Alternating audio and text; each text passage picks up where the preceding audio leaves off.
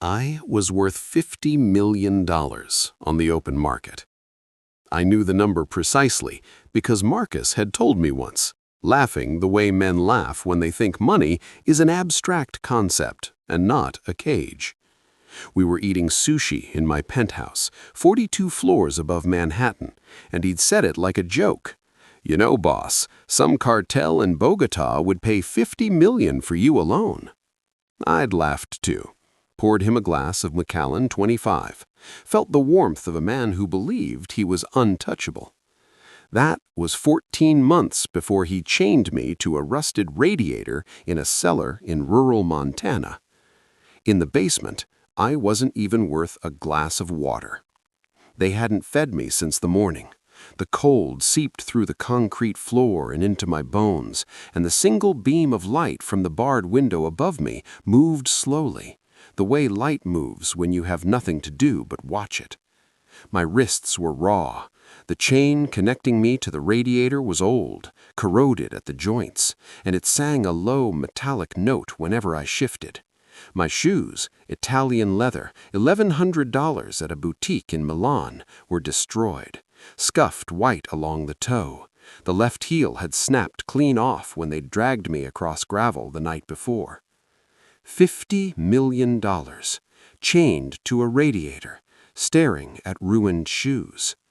I'd spent the first 2 days trying to reason my way out, running calculations.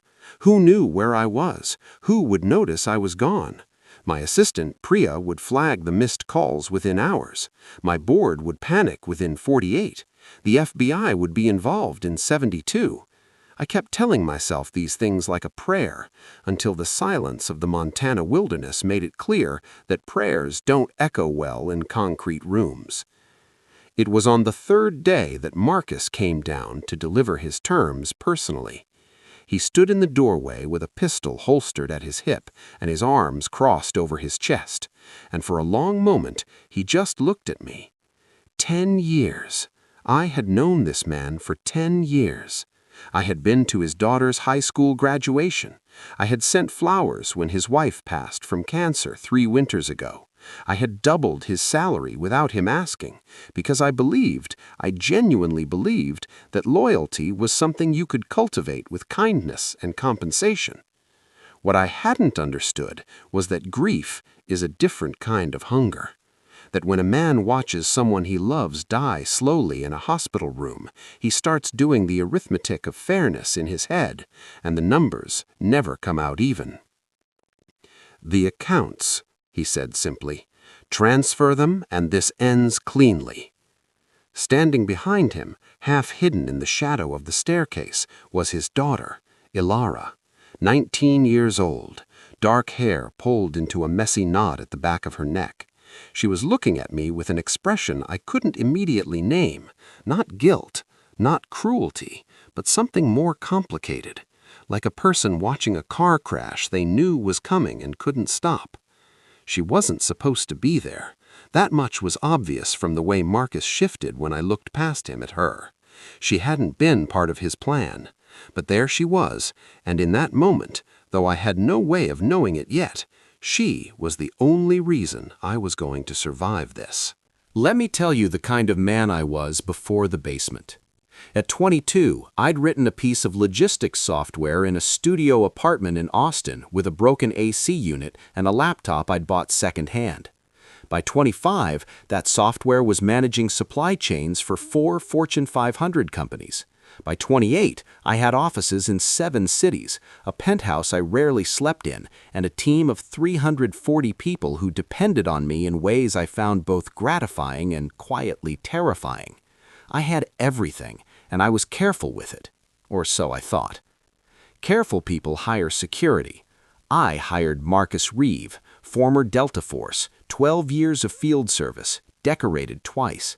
His references were impeccable. His instincts were sharper than anyone I'd ever met.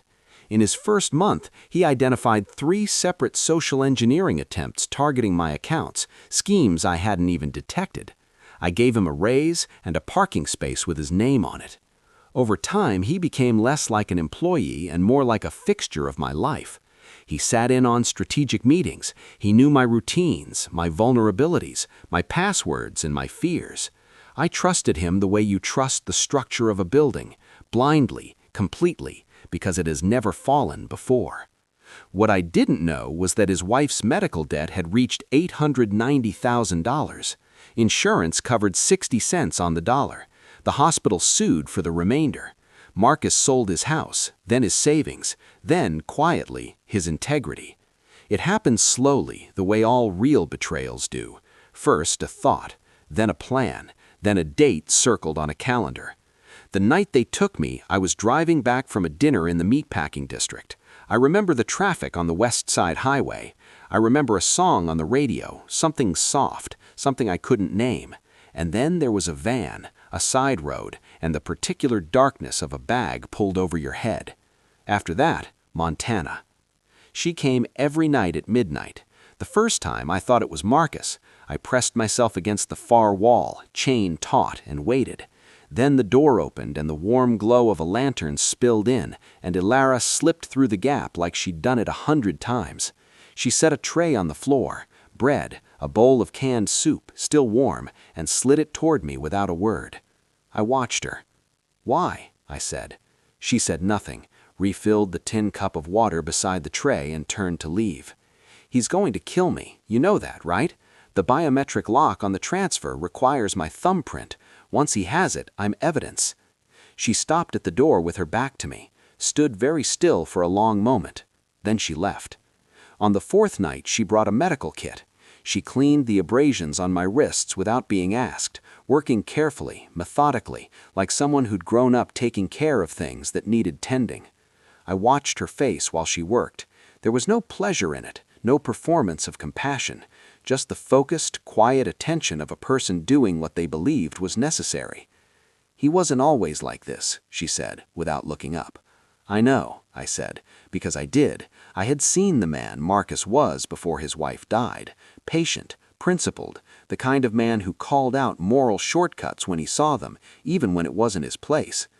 The debt destroyed him, the collectors, the court dates, watching everything he built just dissolve. He decided someone owed you. He decided it was you. And what did you decide? She looked up then, really looked at me for the first time. Her eyes were dark and direct and very tired for someone her age. I decided I don't want to become an accessory to murder. There's a difference. On the seventh night, she told me that the police had traced the van's registration. They were narrowing the search radius.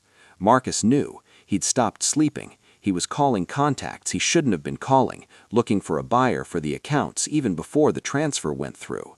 He was unraveling, and unraveling men make desperate, irreversible decisions. He's going to move up the timeline. How long? Days, maybe less. That's when I understood. Ilara wasn't visiting me out of kindness alone. She was trapped as I was.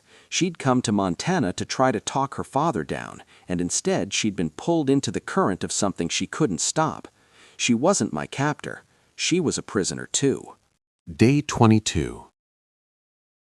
I knew it was night by the quality of silence. Deeper, heavier, the kind that sits on a house like a held breath. I'd been counting days by the window light and tracking time by the sounds of the structure above me. Footsteps, doors, the muffled rhythm of voices rising and falling. That night, the voices weren't muffled. They were loud enough to rattle the ceiling. I couldn't make out every word, but I caught enough.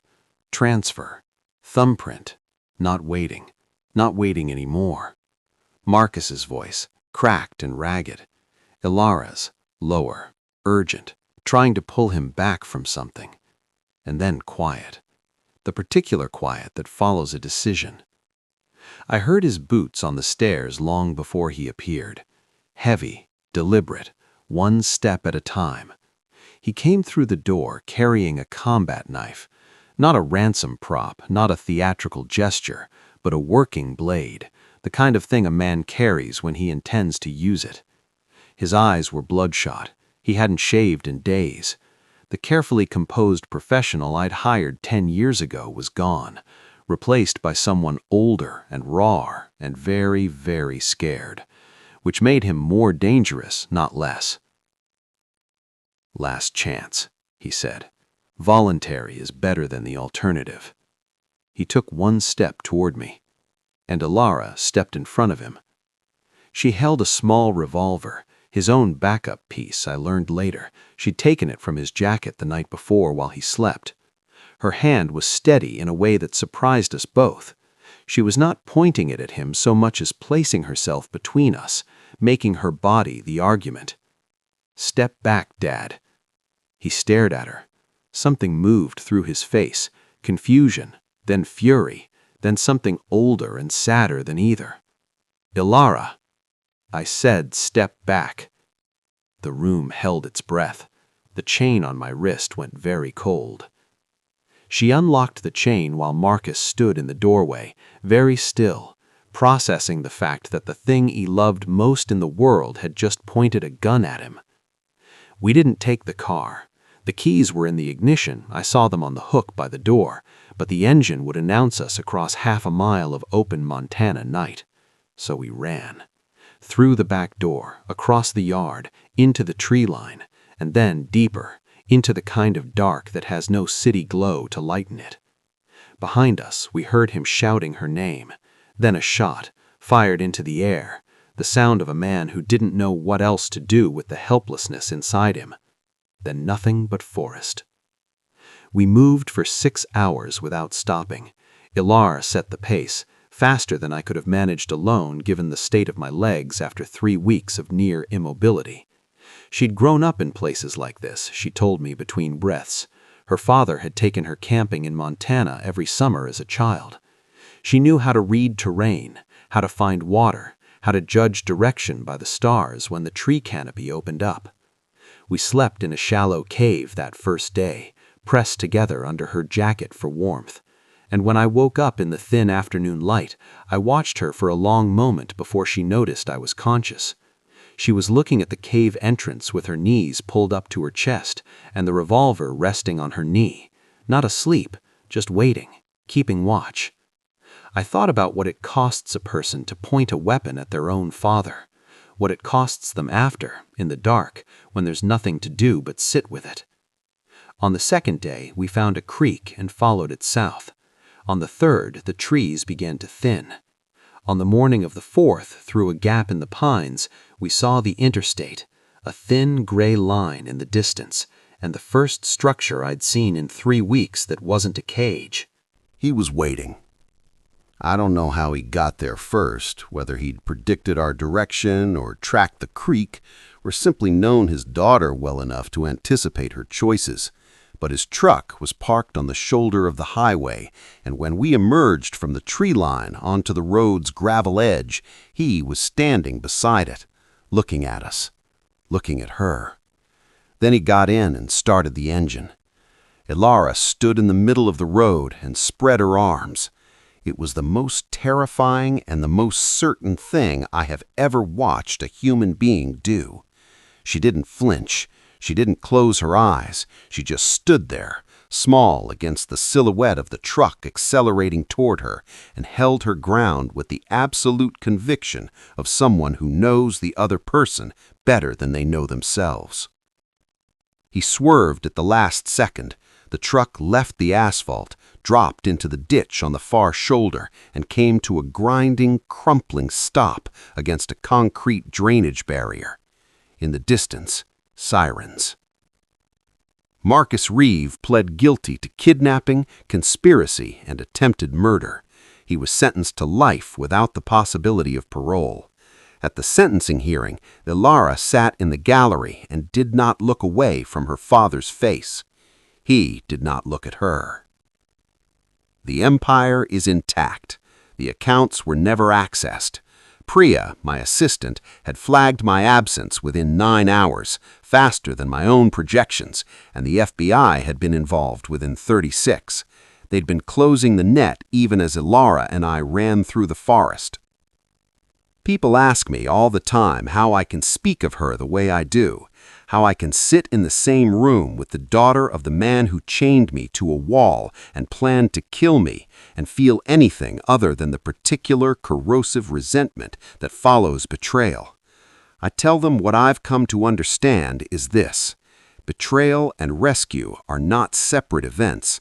They are sometimes the same event, seen from different angles. Marcus's greed was real. So was Ilara's courage. Both things came from the same house, the same lineage of loss, and they broke in opposite directions. I don't think you can fully honor one without acknowledging the other. I also tell them something simpler. Most people spend their entire lives searching for someone who would risk everything for them. I found that person in a concrete room in Montana at midnight, carrying a lantern and a bowl of soup. I found her not in the comfortable architecture of ordinary life, where loyalty is easy and costs nothing, but in the worst moment I have ever lived through. And she showed up night after night at enormous personal cost, and then stood in the middle of a road with her arms open wide, and made her body a wall between me and the thing that was coming. You cannot manufacture that. You cannot purchase it or cultivate it with bonuses and penthouse dinners and a parking space with someone's name on it. It either exists in a person or it doesn't. My wealth is still there. $50 million, more or less, depending on the quarter. It is useful, and I am grateful for it, and I hold it now with considerably less certainty than I once did about the things it can and cannot protect. But a bond forged in the dark? That is something no ransom can buy.